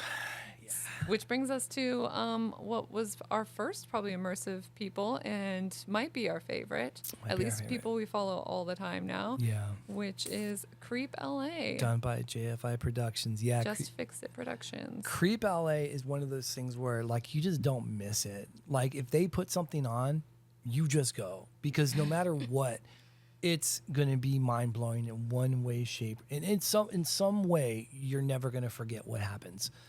So we were fortunate enough even to get a free pass because I don't know if it's we've gone so many times before or whatnot, but to the it's the fall bash or summer bash by the I Know What You Did Last Summer production. Oh yeah, one of their what are those things called? Those things that they like hyping something. It was for the premiere of the TV show. So they do like this event to kind of build that hype. Great memories too. Madison Iceman, the star of the show, actually showed up. She was there, but it's so interactive. It was at a bar, and you know that you're there for a show. You know that you're there for a haunt. But they're like, "Hey, you want a drink? You want some food? You want this pizza?" Like, in no way did you feel that you were there, like as a spectator. Yeah, that you bought a ticket or anything. Yeah. Or that, yeah, you were absolutely involved. You were just in it. And that is what Creep LA does. Is That's like what they do. You are fully in this. You feel alone at times. You feel like fully involved. They are way more talkative to you. Yeah. They are not asking yes or no questions. They want you to sometimes give information. Like they approach really. you. This is where you have your moments. You're like, "Hey, Yeah. I'm gonna go shake this chick down in the bathroom and see what she knows," because that's part of it, right? Like how you get information. Yes. Yeah, the first year we went was probably the creepiest that we got to do. I will say that. And Awake. Yeah, they did Awake. And it was so good. It was supposed to be about waking nightmares kind of a thing. So you were walking into these different nightmare scenes, which is just perfect. You know what I mean? But I mean, you arrived and they immediately grabbed you out of this elevator in the creepiest way, like all these hands reaching in to touch you and pull you. And then they led you to lay on a bed. Like, so immediately you were broken up from your group and you were like alone on a bed. Eventually they place somebody else next to you, but you're like, I don't know this person. So you're alone on a bed. You know what I mean? Until they break you up to go follow these other stories. And again, I can't, like, it's so, like, the questions they ask you, the things, like, you have to tell, like, stories sometimes. You know what I mean? There was a point where they're like, how do you know this person, was like one of the things they did for their family one, right? Yeah, the Willows, which is kind of their flagship thing. We went to that one, and there's a moment where around the table they ask everybody, how did you know this person? And so you now are put on the spot, and by the way, you don't know this person. Of course you didn't meet this person, but are you a part of this story or what? Why are you at this house if you didn't know this person? Well, and don't also forget, we were being served dinner, like a 3-course meal. We were at a celebration of life, by the way, is what it was. So it was like this terrible, they set you up basically to walk in and be like, yeah, we're kind of at a funeral, but not really. It's a celebration of life. And thanks for coming. We're so happy you can make it. And it's one of those, it's like in a Hollywood mansion. Yeah. Right? Like, it's in one of those big ass mansions that you see like, holy shit. And so as soon as you walk in, you're in. There's punch bowls. There's people that are grieving, the parents, the sisters, the brothers. And they're just, reaching out for info from you. And it's like, so you just got to try to like, it's so immersive. Like, that's why they're hard to beat, because to me, I'm like, they immerse you. Yeah. There's you either, because if you're not in, then it's a lot harder. You're kind of like sitting there stumbling, and they'll like guide you or whatever. Like, but if you didn't give an answer, for instance, to like how you knew this guy, I think being confident is the best way to go into a JFI Creep production, because you'll get the most out of it. You want to go out and speak to people. Is another good one too. Well, see, it's funny because I feel like being relaxed isn't the way to go, just in my opinion, because when you go out and try and like farm information, it makes the story so much more enrichment. Try to, if you see characters, like, don't avoid them. Yeah, exactly. Don't get weird about it. Go talk to them. They want you to investigate. It's the same way. Like, they want you to go look at every corner. You should be picking up pictures to look at them, or like postcards, or like, that's the point of it being there. They want you to go and do these exploring things, unless you're directly being told to not do it, kind of a thing, Right.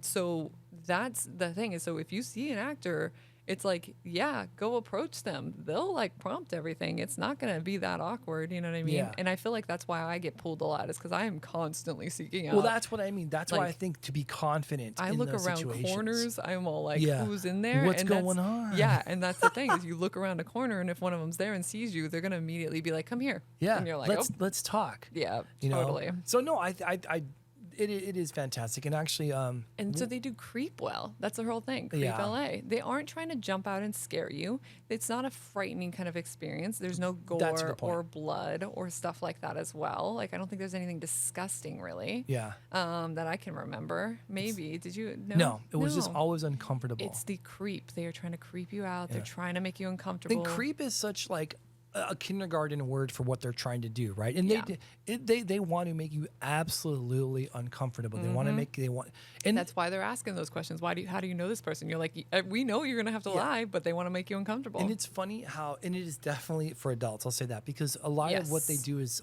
they don't let kids go at all. It can be very sexual oriented, sexually charged. Because there's a level of uncomfortability that goes from like 0 to 1,000,000 once you introduce some type of like a naked person, or like sexual component. Or you're looking in on a scenario of people being intimate, and you're like, whoa.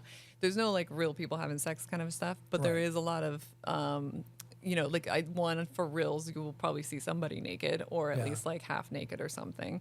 Like, that's a very common thing. And you can look in, and people are being very touchy with each other and weird, but it'll be weird. Like, it'll be sexual, but it will be on that like either kind of a fetishy side, or like something that's, they'll make it just weird. Taboo, maybe incestuous in some cases. It feels awkward, and of course you're watching, which is like, again, they're just trying to make you so uncomfortable. Yeah. The first year we had went, but there's a reason for that, right? They're not just trying to make you feel uncomfortable just to make you feel. But also it plays into what their story is. I was gonna say, it's not. Yeah, exactly. It's not for like the kick of it. It's literally to lead you through this weaving story and stuff like that. But the first year, there was like a naked dude in like a bathtub who like walked backwards towards us. So we just saw his butt, kind of a thing. But then we were led by the other person who brought us in there for me to like touch his back, kind of a thing. You know what I mean? And it is. You're just like, you're like stiff, like, and again, you can always resist and things like that. They're not going to push you, but they are trying to at least you know. Well, then the year Thank after you. that, the House of Creep or whatever, that was very sexual. Oh, Like, House of Hoss, Creep. yeah. Yeah, So like, or- yeah. so like that one. But again, it's because they want to make you. They want you. You got a lap dance during that one, didn't you? Just it was me or doesn't. I forget how uncomfortable was that. But then another one, you'd be pulled inside to look at like strips of people being photographed that maybe didn't know. So they're like yeah. peeping Tom, voyeuristic. Then there was the puppet show. And then there was the puppet apparently came to life and it was masturbating or Oh whatnot. yeah, we watched a puppet So- masturbate. Yeah, that was fun. it's, Marionette. Whatever. Yeah, marionette. Thank you. But it is. So they do very weird things, but it's all to serve their overarching story, which is phenomenal. And you get these little vignettes where, like, especially through Creep, or JFI and Creep, where Jessica will know something that nobody else will know. Like, Yeah. she'll get pulled away. 100%. Yeah, you'll find out like a whole side of a story and completely miss a different side. You know what I mean? Yeah. But you still feel fulfilled. Like you're not going to be like, yeah, there's times when you hear what you missed and you're like, oh, dang. But at the same time, you don't feel like you did miss out because you got your own experience. Right, and that's why I think that the conversations that we've had after going to a JFI production are just so much fun. Totally. And it's a lot of times it's one thing that you could probably do again for the most part. Yeah. But yeah, I think that for me, out of everything that we do every year, I think whatever JFI does, I think we're in for. Yeah, like we are in for. We go. So this year's a little different. They're actually pairing up with the show Ghosts. On CBS, On right? yeah, so I was like, which is really interesting. And they have JFI in general has been working more with like TV shows to hype things up, and like all of those events that aren't necessarily scary, but they usually do give a little bit of creep edge to, are always so fun too. Like Yeah. if you can go to any of them, it's like if you see a JFI or Creep LA, it's like you should just go, honestly. So yeah, they're doing an event with ghosts, which it does seem like at first is like, oh, about the show, and then turns into the creepy side of like ghost theme general. Yeah. It's like a 60-minute like event. I think tickets go on sale tomorrow. We were just talking Tomorrow, about this. we'll have our from tickets. today or whatever. Yeah. But yeah, they're doing October 4th to the 27th. I don't know if they've even announced pricings. Oh yeah, there it They is. have it's $70, I think. $70 per person, which is actually much cheaper, I would say, than normally. I Yeah. think their Willow's cost was well over 100. I think it was like 140 or I something. wanted But to you're say that right. It's too. well over I 100. think it's like 140. So if it's at $70, then that's Definitely we're, worth We're going. kind of all in. You- So You know, I do worry this year just a little bit because it's mixed with this. yeah, because they're kind of shoehorned into like, because for people that know, Ghost is a comedy, and JFI is not comedy. Like they don't not from what I've seen. I think what they do best is make you uncomfortable, tell a great story. Comedy is not a word I would use to explain their stories. So I'm just if our ticket is $70, if half an hour is burned through the CBS part of it, Yeah. means we only have half an hour for the actual scary part of it. But at $70, they always do a good job. Again, Yeah. you know, the What You Did, I Know What You Did Last Summer event was probably one of my favorites of all time for them. Yeah. So maybe this one will be similar, although that one's free. Also, I mean, we side went note- to one of the events they were promoting, which was for the oh, I forgot it. The Traders. Oh yeah, The Traders. And so that wasn't supposed to necessarily be creepy, but it was very like, hey, we're celebrating the show, the Traders, and you Yeah. can come in and play this games with us or whatever. Yeah. And that was still really fun. that was still fun. Sure. It was still worth like the trip and all. My expectations of what JFI does, though, when they do it during spooky season, Yeah. it's at its spooky. I Yeah, think you're like, Traders I was. need, and it's under the name Creep LA. They didn't put Creep LA under the Traders. You know what I mean? That Oh, was just gotcha. Fix It. So when they use Creep LA, it's supposed to be creepy. So that brand is going to be. That's usually the separation there. So we are anticipating it to be creepy. I hope it is. I really think that.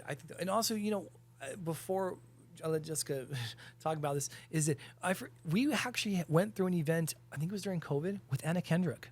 Oh yeah. Our star moment here in LA is a party of four: me, Jessica, Anna, our good friend, and her friend. Anna, our good friend. We're basically a 4-person group that went through an entire It was JFI Hollow experience. House that year or something like that. Is what it's Ghost called. House I think it was, I or the thought- Ghost Light. Oh, maybe. It was at the bar. It was again at the bar in Yeah. I'm sure it was the Ghost Light. And it was again I think super it was about cool. the house though. But anyways. But maybe it was, but it was called the Ghost Light. Okay. So, But yeah, we'll anyway, look it up later. Anyway, very cool. So Very cool. But yeah, that's the thing, is that these events are so cool that the big time celebrities are coming to them because they know that this is top tier. Yeah, the You know what quality I mean? kicks ass. Yeah, so that says something. If anybody has seen the Traders, I think one of the big bads this year was Poverty. She showed up to the Traders events. That's right, yeah. So it's cool. Their reach in Hollywood is fantastic and deservedly so. What they do is fucking awesome. Totally. Of our list, I mean, like, obviously we have tickets for some of these. Do you have like one thing you're most excited? And I know it's like picking your favorite I think it's Delusion. movie. Yeah? I think it's Delusion because it's a new location. Yeah. Because they have killed it so often and stuff, and I have such great memories. I think I have high expectations, which might be bad, and hopefully it's okay. But I do feel like that's the one I have the highest expectations Delusion. for, the highest anticipation. How about you? You know, it's hard. I was actually going to say Delusion until you said it. Yeah. But I'm still thinking that, but I'm really excited for Queen Mary, Dark Harbor. Yeah, Dark Harbor is pretty exciting too. Those are definitely probably the big question marks. Yeah. The anticipation. What's great is that because we live in this area, and I know we're very fortunate to do so, we might actually be able to do a couple of these twice to really kind of delve in. We'll be reviewing all the things we do, a full review. Yeah, so if you're scared to go and you want to hear it, or if you go and then you want to, just relive the moments, see if we felt any different than you did, then just stay tuned. Yeah, it's gonna be really cool. And then please let us know if you know of any awesome events in LA that you think are like badass, and you're like, what? They didn't even touch on this, or if you just suggest it, or you think, hey, this might be cool. There are some really fun stuff out there. There's a lot of family-friendly things too that we just don't generally go to or don't touch on. True. Like Night of the Jacks. Yeah, Night of the Jacks. Has Boney Island is one of them too. So there's all these pumpkin-y ones and stuff. Frosty's Forest does their like. We're gonna try and do that one this year. We're gonna try and do that because we can take in Chino. Yeah, Chino Hills. They allow you to take your dog into the corn patch. So. Yeah, there's a corn maze. Yeah. So there's like some really fun stuff out there. We're just touching on some of the like more scary kind of things or some of the bigger ones, but please let us know anything that we should be keeping our eye out for because we're always looking for awesome things. Always. All right. For Chris, Jessica, we're out. bye.